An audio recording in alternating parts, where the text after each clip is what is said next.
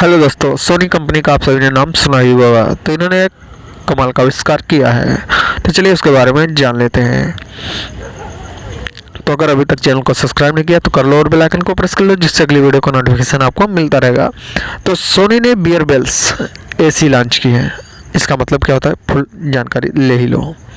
यह इसी साइज में स्मार्टफोन से छोटी है, जिसे शर्ट के अंदर लगाकर कहीं भी अपने साथ ले जा सकते हैं। जापान में इसकी कीमत करीब 14,850 रुपये है। हालांकि भारत में अभी लॉन्च नहीं हुई है। यह एसी एक चार्ज पर 20 घंटे चलती है। तो भारत में लॉन्च होगी तो देखेंगे, लगाएंगे अंडरवियर के नीचे और चलेंगे इधर उधर। वीडियो पसंद आई, वीडियो को लाइक कर दो। मिलते हैं अगली वीडियो में।